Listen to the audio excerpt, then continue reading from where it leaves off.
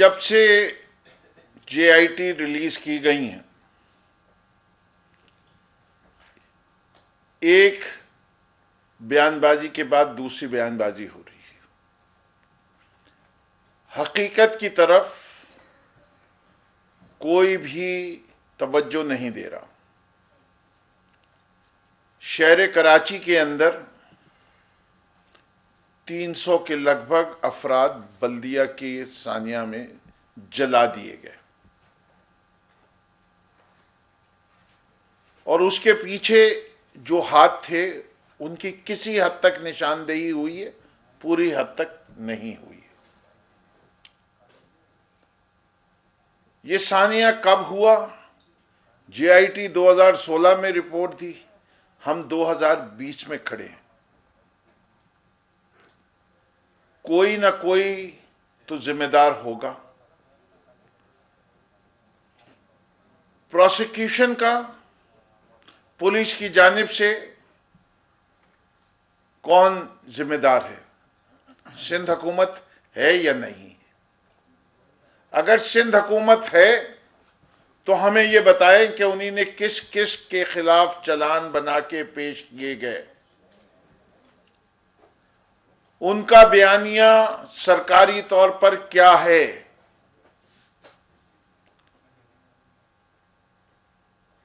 क्या हर वो शख्स जिसका जेआईटी में जिक्र था वो समझते हैं कि उसके खिलाफ एक्शन होना चाहिए या नहीं? इसके ऊपर कोई सिंध हुकूमत के लोग नहीं बोल रहे। निसार मुराई साहब डॉक्टर साहब हैं, फिशरमैन कोऑपरेटिव सोसाइटी के चेयरमैन कैसे बने, क्यों बनाए गए? फिर जेआईटी ने बताया कि उन्होंने पैसे लिए, पैसे दिए, उसके ऊपर क्या तहकीकात की? कोई एंटी करप्शन की रिपोर्ट मांगी?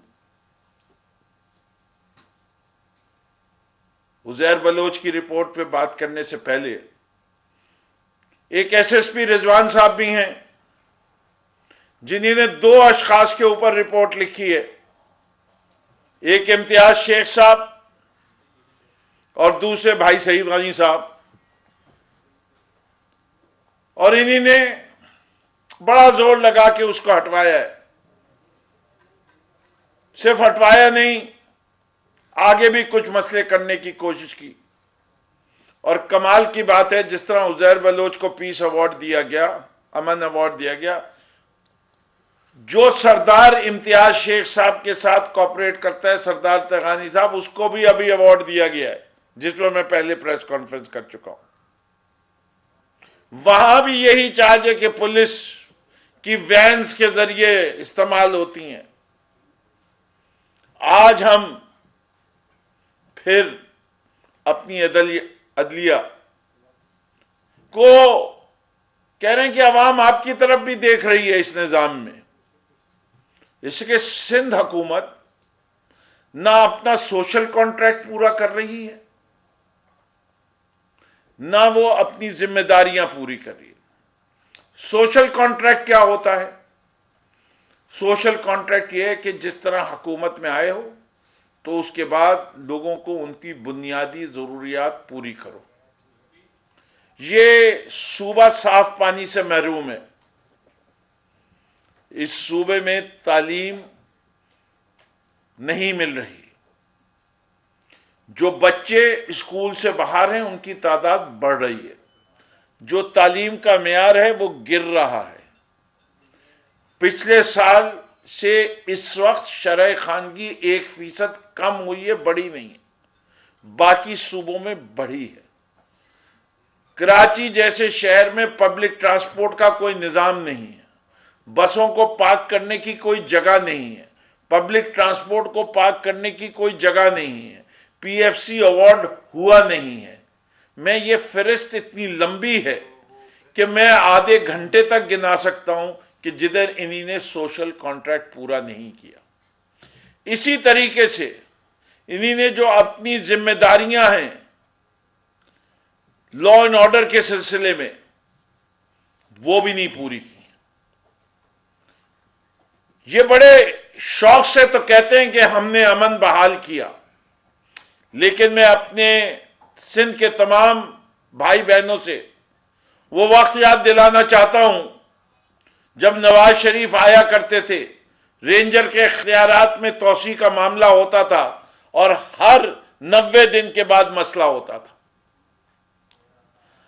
आप ये सोचिए कि ये ऐसी हुकूमत है, पाकिस्तान के किसी सूबे में के किसी शहर में परमानेंट रेंजर की पोस्टिंग नहीं है।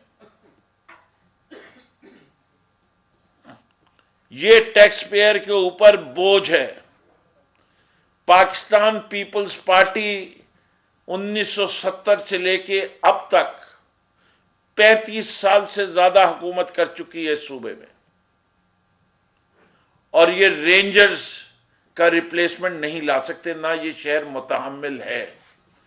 इस वक्त अमन व अमान की जमानत देने वाला अगर कोई इदारा है वो पुलिस नहीं है, वो रेंजर्स है।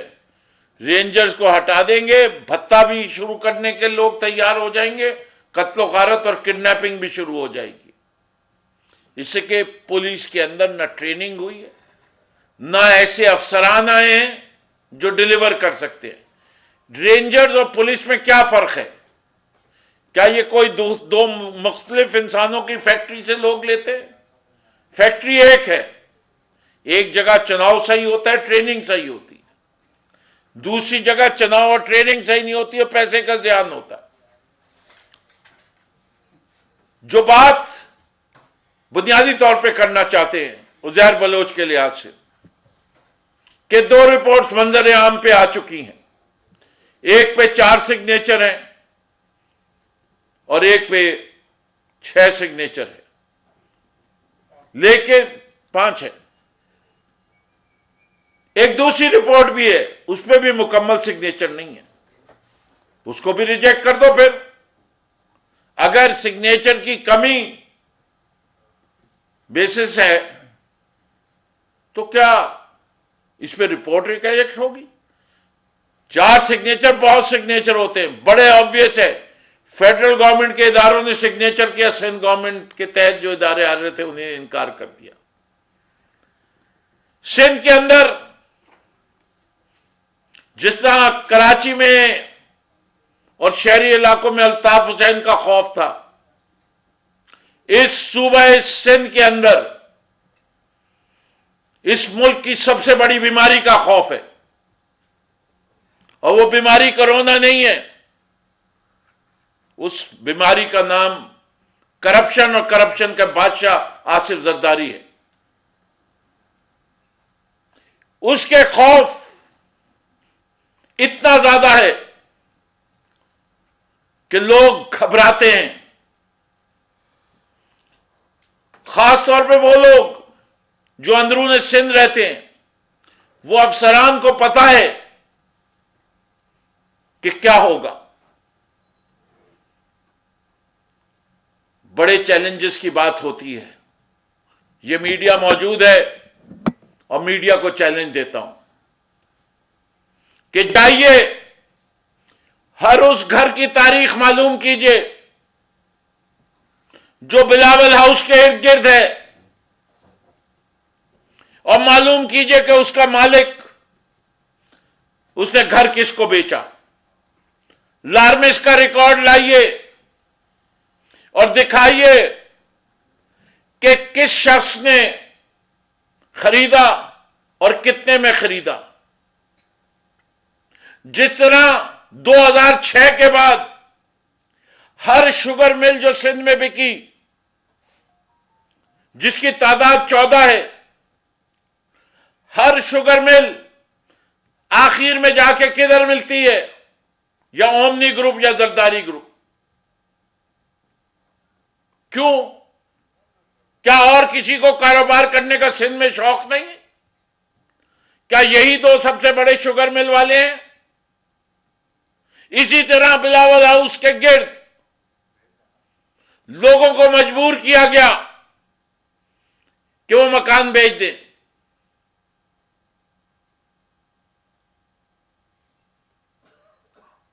अगर ये बात शहर कराची में ज़बानें ज़दे आम थी।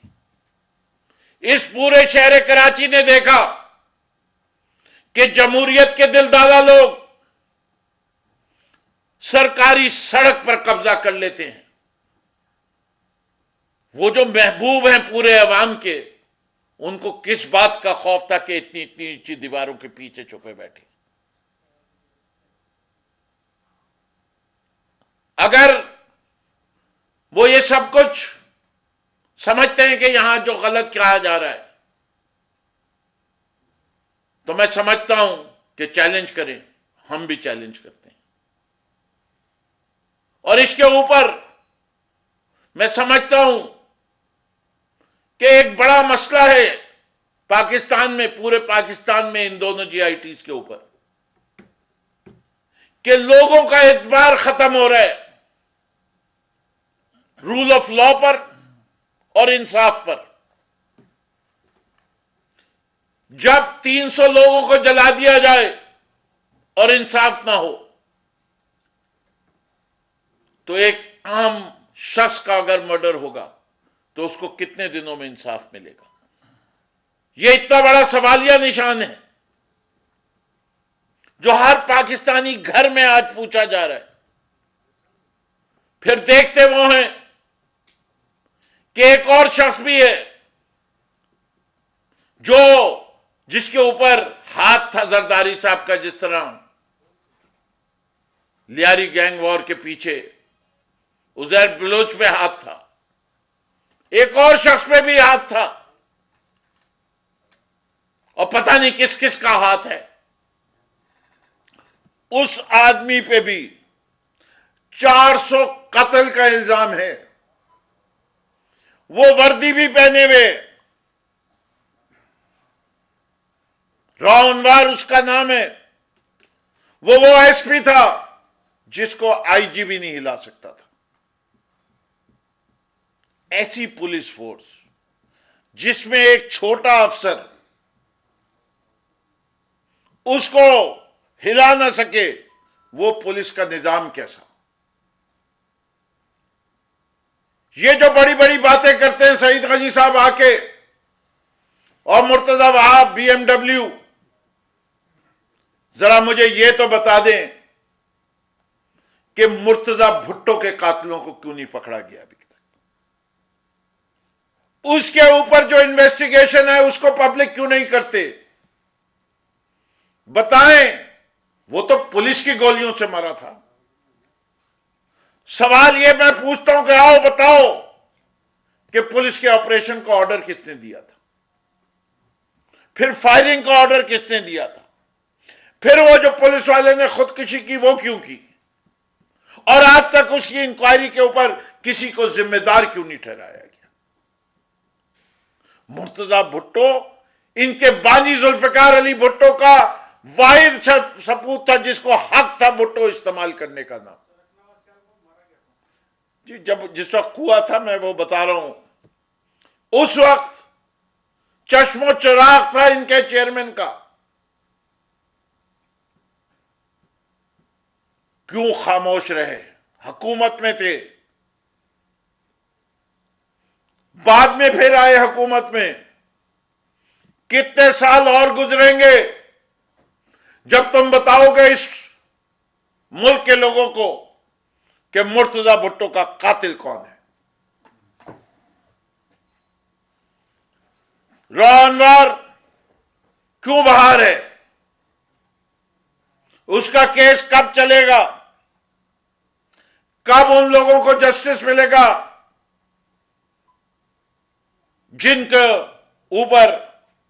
जिनका इल्जाम इस शख्स के ऊपर है? मैं माजी में भी कह चुका हूं और आज भी दोहरा रहा हूं कि जब कोई जेआईटी बनती है तो उसमें जो अफसरान होते हैं वो जिम्मेदार लोग होते हैं। वो अपने डिपार्टमेंट के वो लोग होते हैं जिनके ऊपर डिपार्टमेंट फख्र करता है, इसीलिए उनको ऊपर वो जिम्मेदारी दी जाती है। उनके बयानात को, उनकी इन्वेस्टिगेशन को इतना अर्जा ना समझा जाए कि उसको सईद गनी साहब रद्दी के कागज के मुताबिक समझते हैं। तो फिर जेआईटी बनाते क्यों हैं? तो ये जेआईटी खत्म कर देनी चाहिए। पाकिस्तान तहरीक इंसाफ ने पाकिस्तान के अवाम से जो वादा किया है वो ट्रांसपेरेंसी का किया। हम इस ट्रांसपेरेंसी का सबूत दे चुके हैं और आइंदा भी देते रहेंगे कि जब कोई कमेटी आएगी, बनाई जाएगी, उसके तमाम तर हकायक अवाम के सामने पेश कर देंगे और उसके ऊपर मुस्बत एक्शन भी लेंगे और उसके नताइज में हम समझते हैं हम इदारे बनाने में कामयाब हो जाएंगे। इस वक्त इस मुल्क में इदारों का फुकदान है जिसकी वजह से ये फायदे उठाए जा रहे हैं। मैं समझता हूं, मैं सईद गनी साहब के बयान को मुस्तरद करता हूं कि चाहे वो रिपोर्ट डाकिया दे के गया हो, मोटरसाइकिल सवार दे के गया हो या कोर्ट से निकाली गई हो, बात यह जो उसके अंदर लिखा हुआ है और उस पर 4 सिग्नेचर मौजूद है वो फेक नहीं हो सकती। जब वो फेक नहीं है तो यह भी एक इन्वेस्टिगेशन होनी चाहिए कि बाकी 2 हजरात उस पर क्यों नहीं साइन करने को तैयार थे जब 4 ने साइन कर दिया। मैं समझता हूं यह सवाल कि हम जुल्फिकार मिर्जा को डिफेंड करें। हम क्यों जुल्फिकार मिर्जा को डिफेंड करें? जुल्फिकार मिर्जा को तो आप डिफेंड करें। सबसे ज्यादा वक्त उसने आपके साथ गुजारा है। जो जो चार्जेस लगा रहे हैं, जिस वक्त के लगा रहे हैं, वो सब आपके दौर में हुए हैं। हम तो उसे मर्द हुर समझते हैं कि उसने अल्म बगावत बुलंद किया, आपका कत्था छट्टा खोला और आपसे अलहदा हो गया। अगर उसके ऊपर कोई क्रिमिनल केसेस है तो आप इतने अरसे से खामोश क्यों? इसका जवाब दे दो। डरते हो कि उसको बहुत कुछ मालूम है इसलिए खामोश हो? यही वजह समझ में आती है। और वो जो बात कहते हैं वो कितनी गिरी हुई बात करते हैं। वो जफर मिर्जा का बेटा है, जस्टिस जफर मिर्जा। अगर उसने जरदारी को इज्जत दे दी ये कह के कि मेरे तन पे जो कपड़े हैं, वो उर्दू का मुहावरा है, इसका वो लफ्ज ही ले लिया। हम तो वो भी जानते हैं कि हाकिम अली जरदारी क्या था। हम लोगों के मां बाप जो गुजर चुके हैं उनकी बातें नहीं करते, वरना कहने को बहुत कुछ है। जिंदों के लिए जब इतना कुछ हो तो मुर्दों पे क्यों जाया जाए? और जो बात करते हैं कि अली जैदी के, भाई तुम्हारे पास तुम कहो तो जायज, तुम तो एक लिखी हुई किताब का जिक्र कर लेते हो कि उसने लिख दिया तो सही होगा। जो तुम लोगों के बारे में लिखी हुई किताबों में आया है, कॉन्डिलेसा राइस की किताब में वो जो आर्टिकल जिसके ऊपर आप वो एक खातून से नाराज हुए उसने जो कुछ लिख दिया, क्या मैं बयान करूं वो सब चीजें जो और लिखते हैं? फिर आप तिल मिला जाओगे। उसके जवाब नहीं है। जाओ सू करते ही, या सू करो, अब भी सू कर दो। जिसने अखबारों में इंग्लैंड में लिखी हैं वो जिसने नहीं पढ़ा जाके पढ़ ले। बीबी बॉयज क्या एक्शन लिया था? वो सब कहानियों पे भी एक्शन लें जो इनके इस वक्त के चेयरमैन के ऊपर आई हैं कि क्या क्या करते थे या क्या करते हैं। तो ऐसी बातें ना कहें, मुंह में ज़बान हम भी रखते, तो ये इल्जामात मुस्तरद भी करते हैं और हम समझते हैं कि जो मौजू है उस पर रहिए, लोगों को इंसाफ दिलवाइए। जो जमीन पे हकाइक हैं उनको ऊपर से पर्दा चाक कीजिए और जो मुल्जिम है उसको कैफरे किरदार तक पहुंचा के ऐसी सजा दिलवाइए कि आइंदा ऐसा जुर्म कोई करने का सोचे भी नहीं। आप कुछ कहना चाहेंगे खुद? हाँ जी। सवाल लेते हैं आप लोग।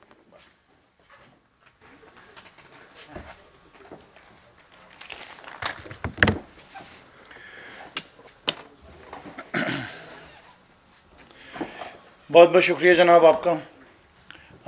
आज मेरे ख्याल से पहली प्रेस कॉन्फ्रेंस है कोविड के बाद, और उसके ऊपर भी बहुत कुछ कहने को है, लेकिन आज कुछ अहम मामलात हैं उसके ऊपर हम बात करेंगे।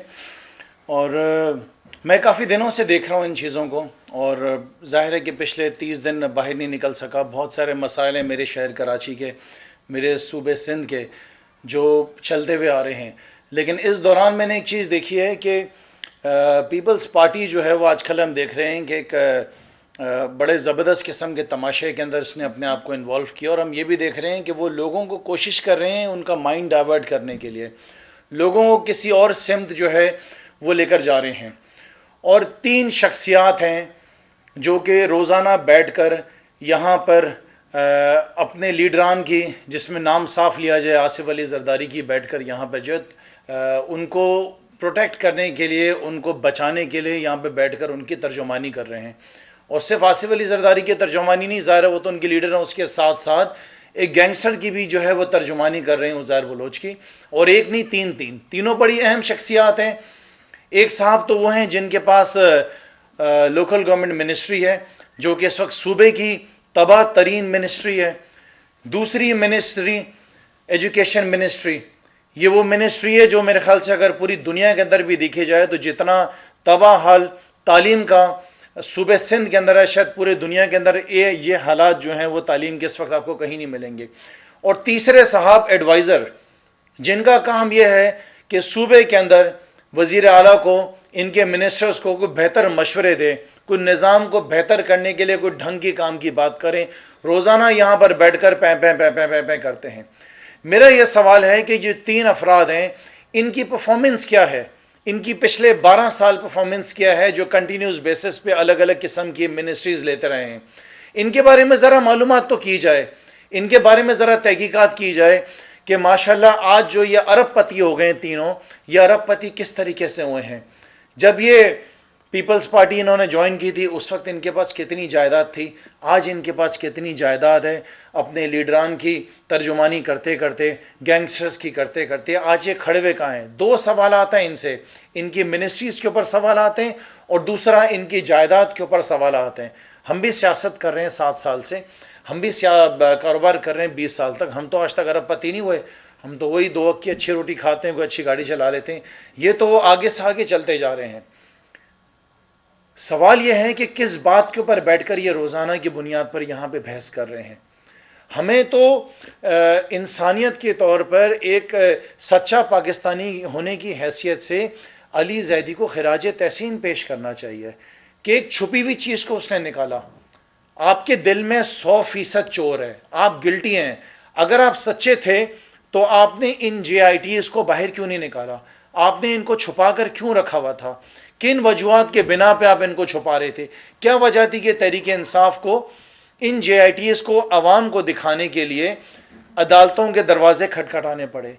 अवाम को ये बात सोचनी पड़ेगी, क्या वजह है कि आज ये बैठकर सारा दिन आसिफ अली जरदारी के लिए जो है उसको बचाने के लिए, और उसके साथ साथ जो नाम फरियाल तालपुर का दूसरा लिए, जिनके नामों से कांपते हैं शायद सिंध के अंदर हमारे सिंध के लोग, उनकी तर्जुमानी और उनको बचाने के लिए रोज़ाना बैठकर यहाँ पे बातें करते हैं। मैं सिंध के लोगों को बोलता हूँ कि डरना बंद कर दो। तहरीक इंसाफ वो है जिसने कलम के ज़रिए और ज़बान के ज़रिए इस शहर का जो सबसे बड़ा बदमाश था ना, जो सबसे बड़ा गुंडा था, उसकी भी छुट्टी कर दी है। हम सिंध के लोगों से ये वादा करते हैं, ये हमारा वादा है तहरीक इंसाफ का, कि ये जो दूसरी टीम यहाँ पर बैठी है, जो सिंध को लूट रही है, जो सिंध को तबाह कर रही है, इनसे छुटकारा भी हम आपको दिलाएंगे। अगर हमने नहीं दिलाया छुटकारा तो हम जिम्मेदार होंगे आपके। ये 2023 से पहले आप देखेंगे कि इनको छुटकारा हासिल दिलाएंगे। हैरत इस बात की है कि ये सियासी जमात जो है, सहाफ़ी दोस्तों, ये सियासी जमात जो है उस शख्स की बैठ के तर्जुमानी कर रही है, उस शख्स के बारे में बात कर रही है जो रोज़ाना की बुनियाद के ऊपर कराची के अंदर बैठ के कत्ल गारत करता था, जो रोज़ाना की बुनियाद पर यहाँ पे गुंडागर्दी करता था, जो रोज़ाना की बुनियाद के ऊपर भत्ते लेता था, जो पैसा यहां से मुल्क के बाहर भेजकर वहां से जायदाद खरीदता था, जो बयान हल्फी जो है उज़ैर बलोच की, जिसमें बताता है कि वो रोजाना की हर महीना जो है वो करोड़ों रुपए जो है वो आसिफ अली जरदारी और फरियाल तालपुर को देता था, ये उनकी बैठकर यहां पर तर्जुमानी कर रहे हैं।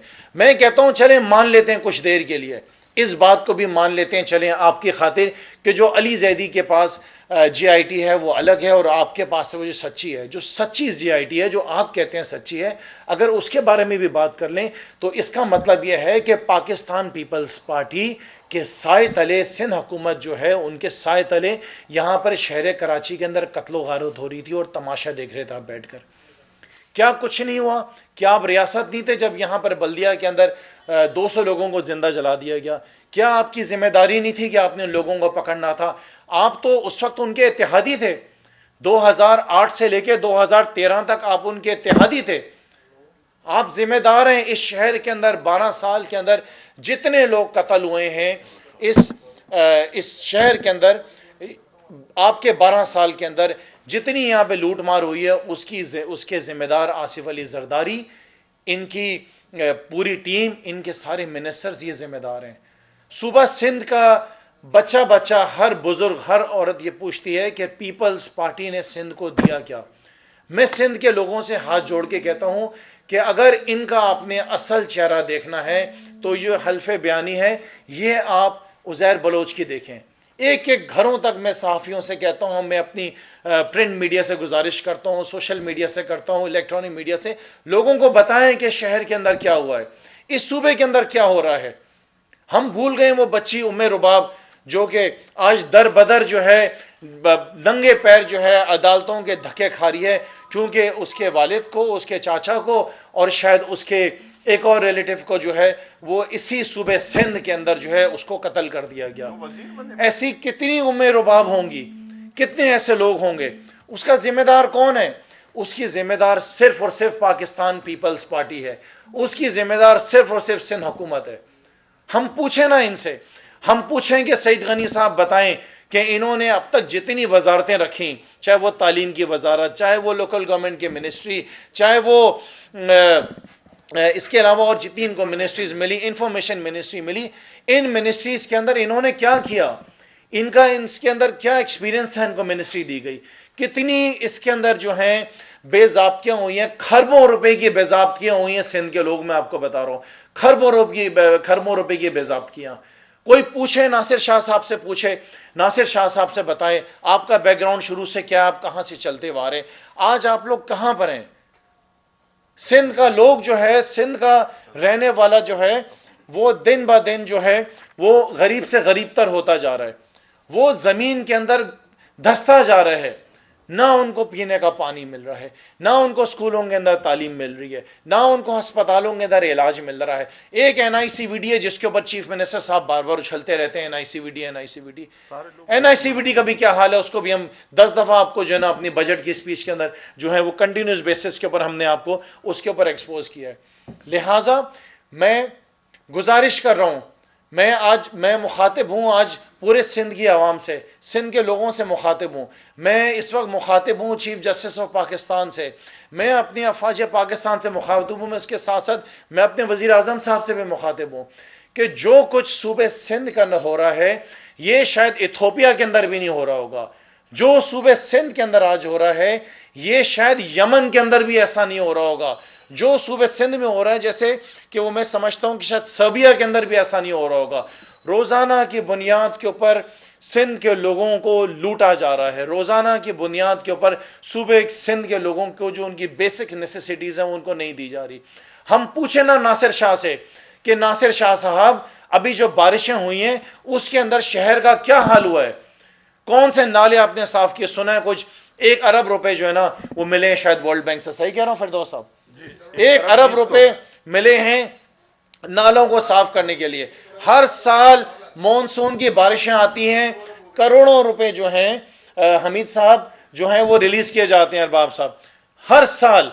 और हर साल ये जाते हैं, 2-4 डंपर जाते हैं, कचरा निकालते हैं, वो पैसा कहां जाता है? जब तक पाकिस्तान पीपल्स पार्टी सूबे सिंध के अंदर इक्तिदार के अंदर रहेगी, पाकिस्तान के लिए बेहतरी आ ही नहीं सकती है।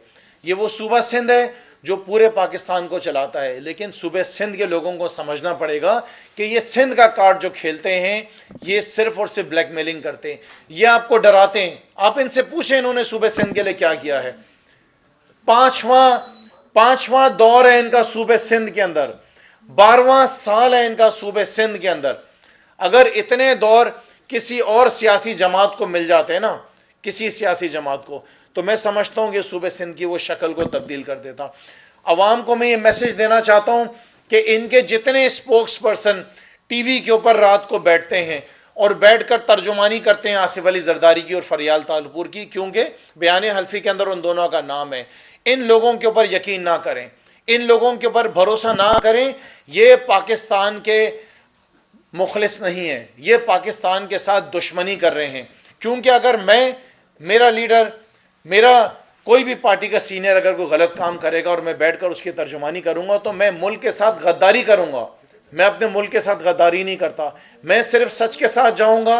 मेरे लीडरशिप ने जो मुझे सिखाया है, मैं जस्टिस के साथ खड़ा हूंगा। लेकिन जहां पर नाइंसाफी होगी, तहरीक इंसाफ वहां पर खड़ी होगी, और पीपल्स पार्टी के जितने भी ये नुमाइंदे हैं, इनको हम एक्सपोज करते रहेंगे। सिंध के लोगों को मैं एक आखिरी पैगाम दे रहा हूं कि खुदा के लिए इनसे डरना बंद कर दें। जिस दिन आप अल्लाह से डरना शुरू करेंगे, उस दिन आपके अंदर से इनका खौफ खत्म हो जाएगा। ये कुछ भी नहीं कर सकते, ये सिर्फ लोगों को डराएंगे, ये लोगों को एसएचओस के जरिए डराएंगे, ये झूठी एफआईआर्स के थ्रू डराएंगे। इनका थोड़ा सा वर्क रह गया और इंशाल्लाह ताला इनका जल्द खात्मा होगा। अच्छा, आपने जिक्र किया दूसरी मर्तबा जो है मरते हुए का जिक्र किया जा रहा है। पहले मौके एहतजाज के इस्लामी तारीख में मरते हुए इंतहाई बेहतरीन किरदार है, और एक जो गैंगस्टर का जो नाम है और जिसको सीना ठोक कर कहे, वो मरते हुए नहीं हुआ करता। दूसरा मेरा आपसे इस वक्त सवाल यह है कि इस वक्त तहरीक इंसाफ की हुकूमत है जो बड़ा रूल ऑफ लॉ पे बिलीव करती है, वजीर आजम है, विफाकी हुकूमत है, तो ये तमाम जीआईटी, वजीर आजम, विफाकी हुकूमत के इदारे वो इस कदर बेबस क्यों है कि इन लोगों के खिलाफ लोगों का आप जिक्र कर रहे हैं, उनको अहम क्यों नहीं कर देते? और के इलेक्ट्रिक बिल जिसके खिलाफ आप एहतजाज कर रहे हैं, वो वजीर आजम के मातहत है। जो विफाकी हुकूमत अपनी वजीर आजम के खिलाफ एहतजाज कर रही है, तो किस झुक का मदावा समझा जाए? अच्छा जी, एक एक करके पूछते तो बेहतर था, लेकिन तीनों का जवाब दे देता हूं। पहला सवाल, हुर का मतलब है एक जवान मर्द। इस्लामी तारीख में जो किरदार है उससे मैं बाखूबी वाकिफ हूं। जब वो एक जगह फैसला कर लेता है गलत है और हक के साथ आ जाता है, तो उसका किरदार वो है, नुमाइंदगी वो कर रहा है। दूसरा सवाल आपने जो किया, नैब का चेयरमैन जो है वो लगाया किसने? पीएमएलएन और पीपीपी ने मुशावरत के साथ। नैब का कानून किसने बनाया? मुशर्रफ ने। दो हुकूमतों ने इस कानून में कोई तब्दीली नहीं लाई, और आज जब कोई उनके खिलाफ एक्शन होता है तो कहते क्या है? नैब न्याजी गठजोड़। अगर कहीं इमरान खान साहब डायरेक्टली इस जीआईटी पे वो फेडरल गवर्नमेंट के अफसरान को बुला के ऑर्डर दें कि तुम जाओ मीडिया के ऊपर और जो बात हक है वो कह दो, तो क्या कहा जाएगा कि प्रेशराइज करके बयान दिया गया। जो काम इन्हीं ने किया है दो सिंध के अफसरान के साथ, वरना यह मुमकिन नहीं था कि 4 लोग साइन करें और बाकी 2 साइन नहीं करें। और उसके बाद जो है 164 का बयान दिया है, वो उस हिस्से से मिलता हुआ है जो हिस्सा दूसरी जीआईटी जो सईद गनी साहब की या जो सिंध गवर्नमेंट की जीआईटी है उससे मिलता हुआ है। दोनों सवाल। आखिरी सवाल देखिए, के इलेक्ट्रिक एक प्राइवेट इदारा है। जब वो प्राइवेटाइज हुआ तो उसके लिए बुनियादी तौर पर एक मोनोपोली बनाई गई, और वो मोनोपोली बना के उसने ये जिम्मेदारी ली कि कराची शहर की बिजली की जरूरियात पूरी करेगा। और बिजली की जरूरियात पूरी करने में जीरो लोड शेडिंग है, सेफ इलेक्ट्रिसिटी है, एंड मोस्ट इकोनॉमिकल इलेक्ट्रिसिटी। ये 3 चीजें उनके मिशन में भी ये लिखा हुआ है। मैं आज बड़े अफसोस के साथ कहता हूं कि आज के रोज, आज नेपरा की हियरिंग हुई और जो बात मैंने रोज अव्वल कही थी वो आज साबित भी हुई। कराची को इस वक्त 3600-700 मेगावाट से ज्यादा की जरूरत है और किसी सूरत हाल मांगे तांगे से भी, नेशनल ग्रिड से भी लेके कि इलेक्ट्रिक पूरे पावर प्लांट अपने चला ले, 3100 मेगावाट से ज्यादा बिजली कराची में नहीं आ सकती।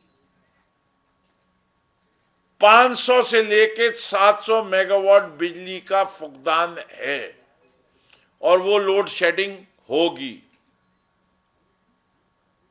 इस बात का इतराफ के इलेक्ट्रिक नहीं कर रही थी और यही इतराफ कराना था कि जब मसला आया होगा तो मसले का हल आएगा। जब तक मसला ही आया नहीं होगा तो मसले का हल नहीं आ सकता।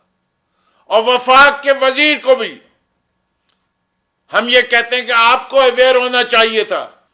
और मेरे भाई, मैं एक आम मुशाहिदे का इंसान हूं। मैंने ये देखा है कि मां जो है जितना अपने बच्चे को चाहती है कोई और नहीं चाहता, लेकिन जब तक बच्चा रोता नहीं है मां भी दूध नहीं पिलाती। आपको मिल गया जवाब कि मैं क्यों एहतजाज कर रहा हूं। और कोई सवाल जी? बहुत बहुत शुक्रिया।